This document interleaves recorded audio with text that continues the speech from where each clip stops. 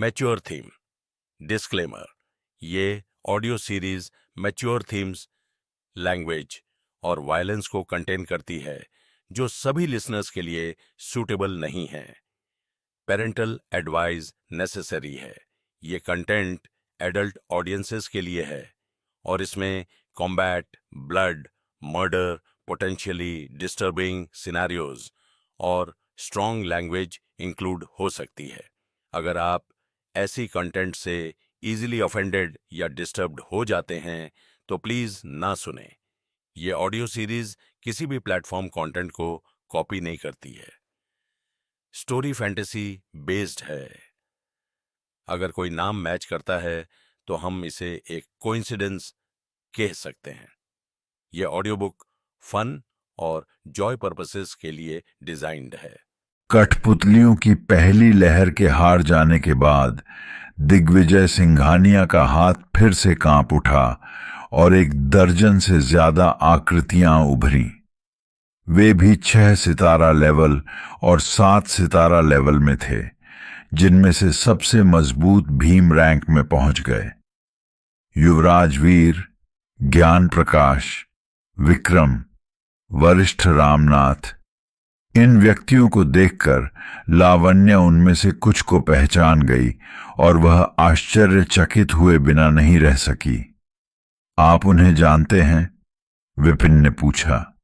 लावण्य ने सिर हिलाया। वह युवराज वीर माया सिटी में प्रसिद्ध था, एक नेक दिल वाला युवा प्रतिभाशाली व्यक्ति जो हमेशा न्याय को कायम रखता था। उसने बहुत सारे अच्छे काम किए। 3 साल पहले वह एक ह्यूमन ट्रैफिकिंग गिरोह की जांच करने गया था और गायब हो गया। मैंने कभी नहीं सोचा था उसे कठपुतली में बदल दिया जाएगा।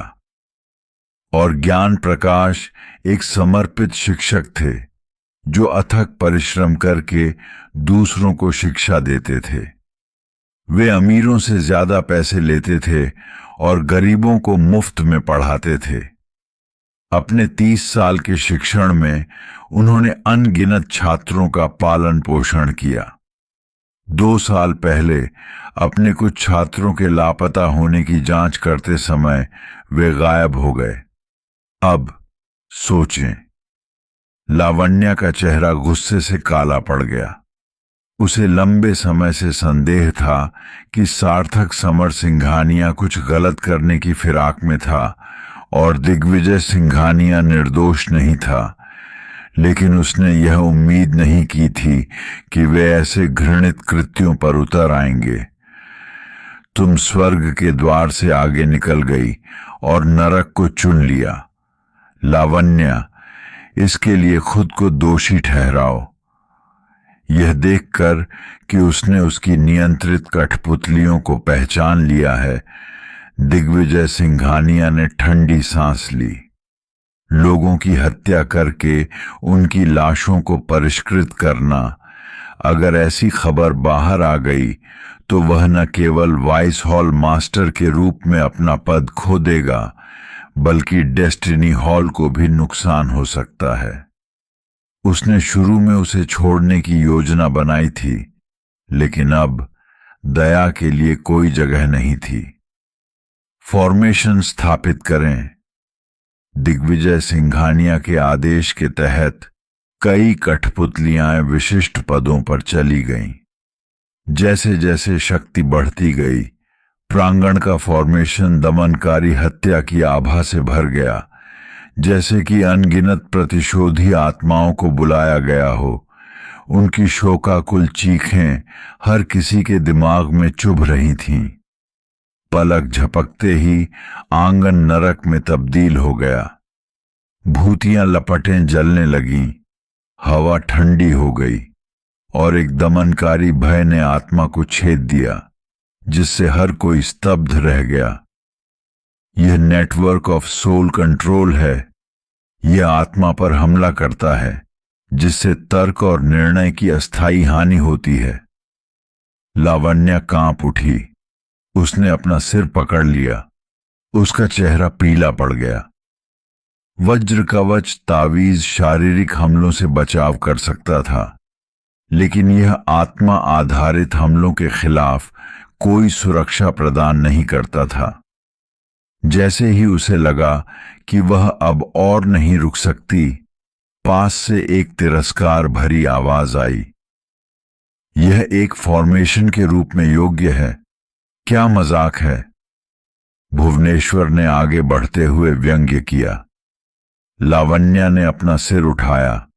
ठीक समय पर उसने उसे मुस्कुराते हुए और पैर पटकते हुए देखा। पहले की दमनकारी संरचना तुरंत दूर हो गई, क्योंकि सूरज की रोशनी आंगन में भर गई। भूतियां लपटों को दूर भगा दिया, जैसे सूरज के नीचे बर्फ पिघल रही हो। उस समय भुवनेश्वर अंधेरी रात में चमकते सूरज की तरह लग रहा था, इतना चमकदार कि उसे सीधे देखना असंभव था। बूम बूम बूम, हमलावर कठपुतलियां टूटी डोरियों वाली पतंगों की तरह उड़ गईं और कुछ ही क्षणों में आगे हमला करने में असमर्थ हो गईं। तुम्हें कैसे पता कि फॉर्मेशन को कैसे तोड़ना है? दिग्विजय सिंघानिया का चेहरा काला पड़ गया और वह सहज रूप से पीछे हट गया।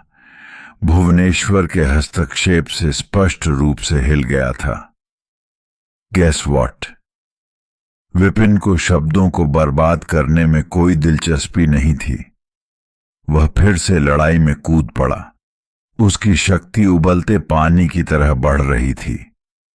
उसके घूंसे हवा में चाबुक की तरह फट रहे थे। उसकी हरकतें भेड़ों के झुंड में बाघ की तरह थीं। यहां तक कि 7 सितारा और भीम रैंक के विशेषज्ञ भी एक भी वार का सामना नहीं कर सके। इस आदमी की शारीरिक शक्ति भयानक है। ऐसा लगता है कि मुझे आत्मा के हमलों पर निर्भर रहना पड़ेगा। 1000 धागे आत्मा को चकनाचूर कर देते हैं। विपिन की क्रूरता देखकर दिग्विजय सिंघानिया को पता था कि वह उसे रोक नहीं सकता और उसकी योजनाबद्ध घात विफल हो रही थी। उसने एक दहाड़ लगाई और उसकी उंगलियों से धागों की एक लहर झिलमिला उठी। भीम रैंक की कठपुतलियों ने अपनी आत्मा शक्तियों को सक्रिय किया तो एक भयानक गुनगुनाहट की आवाज गूंज उठी। एक एक करके विशाल आत्मा प्रक्षेपण उभरे, जैसे कि सिकाड़ा अपने खोल उतार रहे हों। वे अपनी आत्मा जला रहे हैं। लावण्या का चेहरा राख जैसा हो गया। इसका क्या मतलब है? विपिन ने पूछा। लावण्या ने बताया, आत्मा को जलाने से एक ही लड़ाई में व्यक्ति की आत्मिक शक्ति का बलिदान हो जाता है, जो कि मूलतः एक पारस्परिक विनाश की रणनीति है। एक बार ऐसा करने के बाद ये कठपुतलियां हमेशा के लिए नष्ट हो जाएंगी। आप काफी ज्ञानी हैं, लेकिन अब बहुत देर हो चुकी है। आप सभी मरने वाले हैं। दिग्विजय सिंघानिया ने व्यंग्य किया। उसकी आत्मा के धागे विशाल राक्षसों में बदल गए, जो विपिन की ओर बढ़े। सिर्फ शरीर को नियंत्रित करना ही नहीं, बल्कि आत्माओं को जलाना भी। कोई आश्चर्य नहीं कि वे कहते हैं कि नेटवर्क ऑफ थ्रेड अघोर चाकू क्लान की किस्मत बदलने वाले काले अघोर चाकू टेक्निक से प्रतिस्पर्धा कर सकती हैं। यह सच है। इस हमले के बावजूद विपिन शांत रहा, और यहां तक कि वह नेटवर्क ऑफ थ्रेड्स टेक्निक पर आश्चर्यचकित भी हुआ। किस्मत बदलने वाले काले अघोर चाकू टेक्निक 1 वर्सेस 1 फाइट में बेहतरीन साबित हुई, जबकि नेटवर्क ऑफ थ्रेड्स टेक्निक समूह लड़ाई में कामयाब रहे। यहां तक कि भुवनेश्वर जैसा ताकतवर व्यक्ति भी ऐसी स्थिति में संघर्ष करेगा। इन कठपुतलियों को रिफाइन करने में मुझे 20 साल लग गए। इस चाल के तहत मरना एक सम्मान की बात है। दिग्विजय सिंघानिया ठंडी हंसी हंसा, क्योंकि उसकी आत्मा के धागे हवा में जाल की तरह बुने जा रहे थे। विपिन मुस्कुराया। सम्मान? आप बहुत ज्यादा सोचते हैं। उसके हाथ की एक सहज लहर से आत्मा प्रक्षेपण विपिन वर्ल्ड में खींच लिए गए, जो प्रतिरोध करने या यहां तक कि आत्म विनाश करने में भी असमर्थ थे। यहां तक कि भीम रैंक एक्सपर्ट भी संसार के स्वामी के सामने शक्तिहीन थे। ये असंभव है। क्या तुम भी आगे बढ़ गए हैं? दक्ष रैंक के पीक तक पहुंच गए हैं? दिग्विजय सिंघानिया के चेहरे का रंग उड़ गया। उसका आत्मविश्वास डगमगा गया। विपिन ने कंधे उचका दिए। उसकी उदासीनता गहरी चुभ रही थी। विपिन ने दिग्विजय सिंघानिया के सवाल को नजरअंदाज कर दिया और फिर से आगे बढ़ गया। अब तक ज्यादातर कठपुतलियों का सफाया हो चुका था। हताश, दिग्विजय सिंघानिया ने विपिन की बढ़त को रोकने के लिए अपनी दक्ष रैंक शक्ति को एक शानदार चाप में घुमाया और अपनी हथेली से अनगिनत धागे बाहर फेंके और ज्यादा कठपुतलियों को बुलाया। भले ही तुम टूटकर गिर गए हो, फिर भी तुम मरने वाले हो। उसने दहाड़ते हुए स्वर्ग की दिव्य ऊर्जा की लहरें छोड़ी। शक्तिशाली आभा, जो किस्मत बदलने वाले काले अघोर चाकू टेक्निक की याद दिलाती है, ने हवा को उसकी इच्छा द्वारा नियंत्रित भाग्य की जबरदस्त भावना से भर दिया। विपिन ने हमला करने के बजाय चुपचाप देखा। इनसाइट को सक्रिय करते हुए उसने दिग्विजय सिंघानिया की चालों का ध्यानपूर्वक अध्ययन किया। जब अवनी ने किस्मत बदलने वाले काले अघोर चाकू टेक्निक का प्रदर्शन किया था, तो विपिन ने उसका सार समझ लिया था और उसे दोहराया था। अब उसे आश्चर्य हुआ कि क्या वह दिग्विजय सिंघानिया के नेटवर्क ऑफ थ्रेड्स टेक्निक के साथ भी ऐसा कर सकता है। यह विचार अभी बना ही था कि स्वर्ग के दिव्य ऊर्जा का विशाल भंडार, जो उसने स्वर्ग की लाइब्रेरी में संग्रहित किया था, बह निकला और एक नदी में परिवर्तित हो गया। किस्मत बदलने वाले काले अघोर चाकू टेक्निक की तरह यह स्वर्ग का भाग्य प्रकटीकरण जड़हीन और असीम प्रतीत हुआ, एक शांत प्रवाह में निलंबित। करीब से निरीक्षण करने पर पता चला कि नदी की संरचना अनगिनत परस्पर जुड़े धागों से बनी हुई थी। Network of threads technique. उन्होंने इसे सफलतापूर्वक दोहराया था। हालांकि इसे दोहराने से स्वर्ग की दिव्य ऊर्जा का उसका भंडार पूरी तरह से खत्म हो गया था। इससे भी बुरी बात यह थी कि लाइब्रेरी के भीतर की अभिव्यक्ति कमजोर लग रही थी, जैसे विलुप्त होने के कगार पर एक टिमटिमाती मोमबत्ती। इस्तेमाल की गई विशाल ऊर्जा के बावजूद टेक्निक पूरी तरह से विकसित नहीं हुई थी। यह एक धोखा है। यह स्पष्ट रूप से किस्मत बदलने वाले काले अघोर चाकू टेक्निक से अधिक उन्नत है, विपिन ने बड़बड़ाते हुए कहा। अधूरे कौशल का विश्लेषण करते हुए उसकी झुंझलाहट बढ़ती जा रही थी। इससे पहले कि वह कोई समाधान निकाल पाता, दिग्विजय सिंघानिया के धागे उसकी ओर बढ़ गए। एल्डर भुवनेश्वर, सावधान! दिग्विजय सिंघानिया आपको नियंत्रित करने की कोशिश कर रहा है, लावण्या ने चिंतित होकर चिल्लाया। दिग्विजय सिंघानिया को पता था कि उसकी जान खतरे में है, इसलिए उसने अपनी सारी शक्ति का इस्तेमाल करने में संकोच नहीं किया। भले ही इसका मतलब चोट लगना या साधना में पिछड़ जाना हो, वह विपिन की आत्मा को बलपूर्वक वश में करने के लिए तैयार था। बहुत देर हो गई है। Infinite thread soul purification, Digvijay Singhania ने चिल्लाकर कहा। चमकदार धागे विपिन के सिर पर निशाना साध रहे थे, उसके दिमाग को भेदने और उसकी आत्मा पर नियंत्रण करने की कोशिश कर रहे थे। विपिन के माथे पर बल पड़ गए और वह सहज रूप से जवाब देने के लिए तैयार हो गया।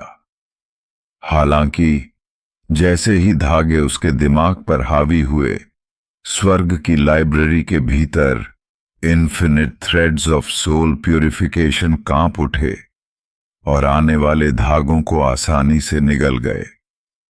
अतिरिक्त ऊर्जा के साथ कमजोर अभिव्यक्ति ने पदार्थ प्राप्त कर लिया।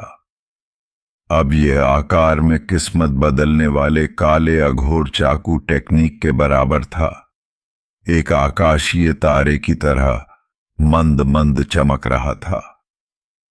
क्या हुआ? दिग्विजय सिंघानिया ने खून थूका, क्योंकि उसे एहसास हुआ कि क्या हुआ था। दशकों से सीखी गई उसकी सबसे शक्तिशाली टेक्निक को अवशोषित कर लिया गया था और उसके खिलाफ हो गया था। उसका आत्मविश्वास टूट गया और उसका शरीर बेकाबू होकर कांपने लगा। एक ही कदम में विपिन ने दूरी कम कर दी और दिग्विजय सिंघानिया का गला पकड़ लिया और उसे जमीन से ऊपर उठा दिया। इतना शक्तिशाली? लावण्या ने विस्मय से देखा। वह जानती थी कि विपिन की ताकत बहुत बड़ी है, संभवतः दक्ष रैंक में भी, लेकिन उसने यह अनुमान नहीं लगाया था कि यह इस हद तक होगी। इतने सारे कठपुतलियों और खुद दिग्विजय सिंघानिया की संयुक्त शक्ति पूरी तरह से पराजित हो गई थी, मानो वे केवल बच्चे हों। सौभाग्य से मैंने सही पक्ष चुना, उसने गंभीरता से सोचा, अन्यथा वह विपिन की मुट्ठी में असहाय रूप से झूल रही होती। मुझे मत मारो, दिग्विजय सिंघानिया ने हकलाते हुए कहा। उसका अहंकार हताशा में बदल गया। मैं वाइस हॉल मास्टर के पद से हट जाऊंगा, मैं डेस्टिनी हॉल छोड़ दूंगा। पीछे हटना, मैंने तुम्हारे भाई को मार डाला, विपिन ने उसे ठंडे स्वर में याद दिलाया। यह उसकी गलती थी, वह इसके लायक था। अगर आपने कुछ नहीं किया होता तो मैं खुद उसका ख्याल रखता। दिग्विजय सिंघानिया ने विनती की। विपिन ने अपना सिर हिलाया। तुमने भी मुझे मारने की कोशिश की थी। मैं तुम्हारी ताकत के बारे में नहीं जानता था। मैं तुम्हारी भरपाई कर दूंगा। मैं तुम्हें मुआवजा दूंगा। 10 million source coin, 20 million, 50 million, जो भी तुम चाहते हो, बस नाम बताओ। दिग्विजय सिंघानिया की आवाज हताशा से फट गई। उसका स्वर उग्र हो गया। इसके अलावा मेरे पास नेटवर्क ऑफ थ्रेड्स पैविलियन है जो मेरा समर्थन कर रहा है। अगर तुम मुझे मार दोगे तो मेरे गुरु और वरिष्ठ भाई तुम्हें जाने नहीं देंगे। और मत भूलना, हॉल मास्टर तूफान भी इस पर आंख नहीं मूंदेंगे। वह अपने सपोर्टर्स की धमकी और धन के प्रलोभन का फायदा उठाकर सौदेबाजी करता रहा। विपिन ने हल्के से मुस्कुराते हुए कहा, तुम सही हो, मैं परेशानी नहीं चाहता, लेकिन दुर्भाग्य से तुम्हारे लिए मैंने एक वादा किया था। अपने खाली हाथ से विपिन ने एक ओरिजिन कॉइन उठाया। मृदुल, मीरा और उनके परिवार की छवियां उसके दिमाग में घूम गईं। उसने आह भरी। मुझे धन संपत्ति पसंद है और मैं लो प्रोफाइल रखना पसंद करता हूं, लेकिन अगर मैं तुम्हें जिंदा रहने दूंगा तो और भी निर्दोष परिवार पीड़ित होंगे। यह ऐसी चीज है जिसे मैं स्वीकार नहीं कर सकता। रुको, तुम्हें इसका पछतावा होगा, दिग्विजय सिंघानिया चिल्लाया। नेटवर्क ऑफ थ्रेड्स पैविलियन तुम्हें जाने नहीं देगा। शांत रहो, हम दोनों डेस्टिनी हॉल के बुजुर्ग हैं, मैं तुम्हें कैसे मार सकता हूं? विपिन ने बीच में ही टोकते हुए दिग्विजय सिंघानिया के पहले के शब्दों की नकल की। हालांकि तुम सिल्वरस्टोन की तलाश में अकेले गए थे, खतरे का सामना किया और मारे गए। मैंने सिल्वरस्टोन को मारकर तुम्हारा बदला लिया, इसमें कोई समस्या नहीं है ना? तुम दिग्विजय सिंघानिया का शरीर ठंडा पड़ गया, क्योंकि उसे एहसास हुआ कि उसके अपने शब्द उसके खिलाफ हो रहे हैं। स्नैप! इससे पहले कि वह कुछ और कह पाता, विपिन ने अपनी पकड़ मजबूत कर ली और दिग्विजय सिंघानिया की गर्दन तोड़ दी। उसका बेजान शरीर जमीन पर गिर गया और उसके पीछे सिर्फ सन्नाटा रह गया। दिग्विजय सिंघानिया के मृत शरीर को जमीन पर रखकर विपिन मृदुल और उसके परिवार के अवशेषों की ओर चल पड़ा। उनकी लाशें कठपुतलियों में बदल गई थीं। उन्हें जीवन या मृत्यु से परे अपवित्र कर दिया गया था। एक ऐसा हश्र जिसकी कोई कल्पना भी नहीं कर सकता था। गहरी सांस लेते हुए विपिन ने अपना हाथ आगे बढ़ाया। हल्के से दबाव डालने पर जमीन खिसक गई और एक बड़ा गड्ढा बन गया। तीनों के परिवार को सावधानी से कब्र में रखते हुए उसने सोर्स कॉइन को वापस लिया और उसे मिवान के छोटे हाथ में रख दिया। बच्चे का चेहरा शांत था, लगभग वैसा ही जैसा कि जब वह जीवित था, लेकिन अब उस दर्द का कोई निशान नहीं था जिसने उसे जीवन में परेशान किया था। कम से कम अब तुम दुख से मुक्त हो। आशा है कि तुम अपने अगले जन्म में अपनी पसंद की सारी कैंडी खा सको। विपिन ने बड़बड़ाया। साधकों के लिए भव्य दफन स्थल का कोई मतलब नहीं था। एक साधारण और गरिमापूर्ण दफन ही वह सर्वोच्च सम्मान था जो वह दे सकता था। हालांकि उनकी मुलाकात संक्षिप्त थी, लेकिन विपिन उन्हें बिना दफन किए छोड़ना बर्दाश्त नहीं कर सकता था। उसने अपने हाथ जोड़े और गंभीरता से कहा, तुम्हारा प्रतिशोध पूरा हो गया है, शांति से आराम करो।